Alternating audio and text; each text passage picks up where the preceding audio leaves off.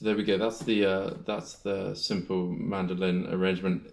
If any of you really like it, I've written a much more complicated arrangement that I'd like to record at some point.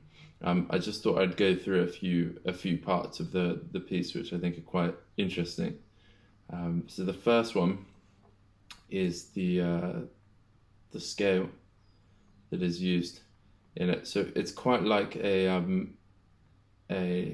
minor scale in Western harmony, except it's missing a sixth and a fourth. So I'll just play you the natural minor scale, and then I'll omit those notes. So this would be the normal scale. And then, but if we get rid of the fourth, which in this case would be G, so the fourth is C, so you're going to get rid of that note. You're going to get rid of the sixth as well. Sorry, I've been saying the sixth is not, it's a seventh. We omit the seventh. Yeah, so in this case, which is an F, we get this.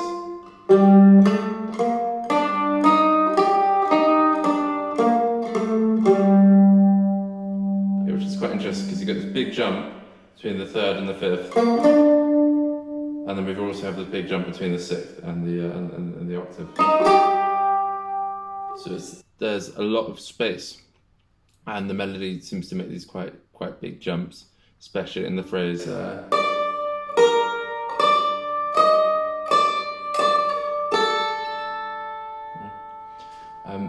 The fourth does appear just once at the end, which is here. There is a C does in fact sneak in. So I guess.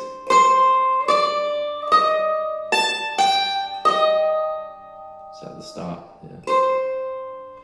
So if you guys want to improvise around it, then I'd recommend you become quite familiar with this scale, and I'll also put in we'll also put in some information about the scale.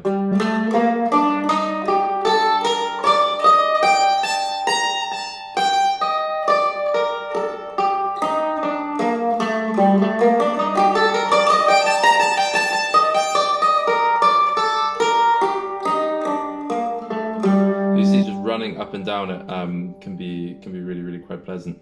The other thing to do is, if you want to imitate the sound of some of the Japanese stringed instruments, which have very little sustain, you can always palm mute it. So sometimes it can sound awesome when you do that.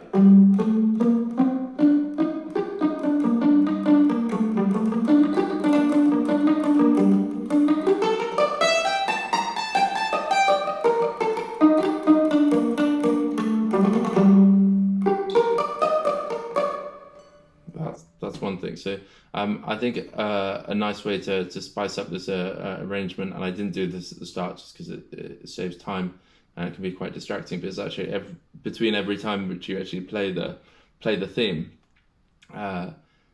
play the Sakura Sakura melody, what you actually do is you just fill it in with like a bit of atmospheric noodling, you might call it, in the middle. So let me just show you that. So let's imagine that I played the melody. I'll just play the end.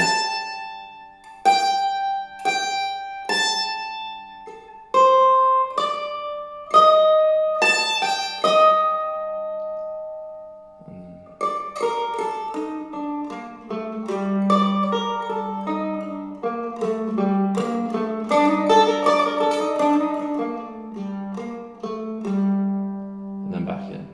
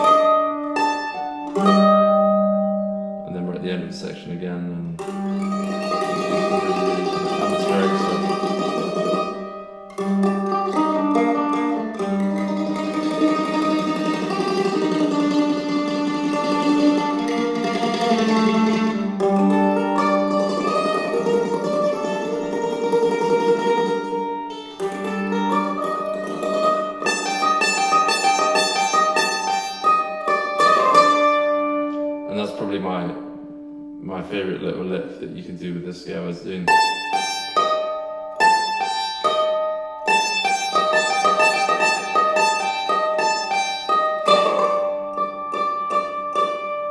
So yeah, that's the first thing. And I think the other thing to remark about the harmony in this, and I really know nothing about Japanese harmony or melodic theory, but there is something quite interesting. Is that for Western ears, this tends to end on a certainly not a perfect cadence. Sounds very, very strange to end on the sixth as we would hear it. I don't know whether that's actually the root in this case, but if you play it, I think to our ears it really sounds like G should be there.